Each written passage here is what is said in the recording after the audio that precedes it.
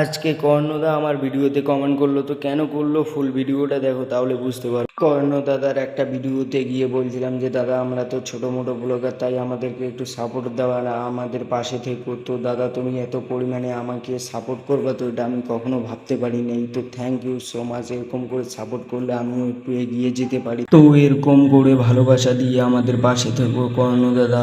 কিছুদিন আগে এই ভিডিওটা বানিয়েছিলাম যে আমি ইনস্টাগ্রামে দেখবো 5টা বড় বড় ক্রিয়েটরদের মেসেজ দিয়ে কে কে রিপ্লাই দেয়।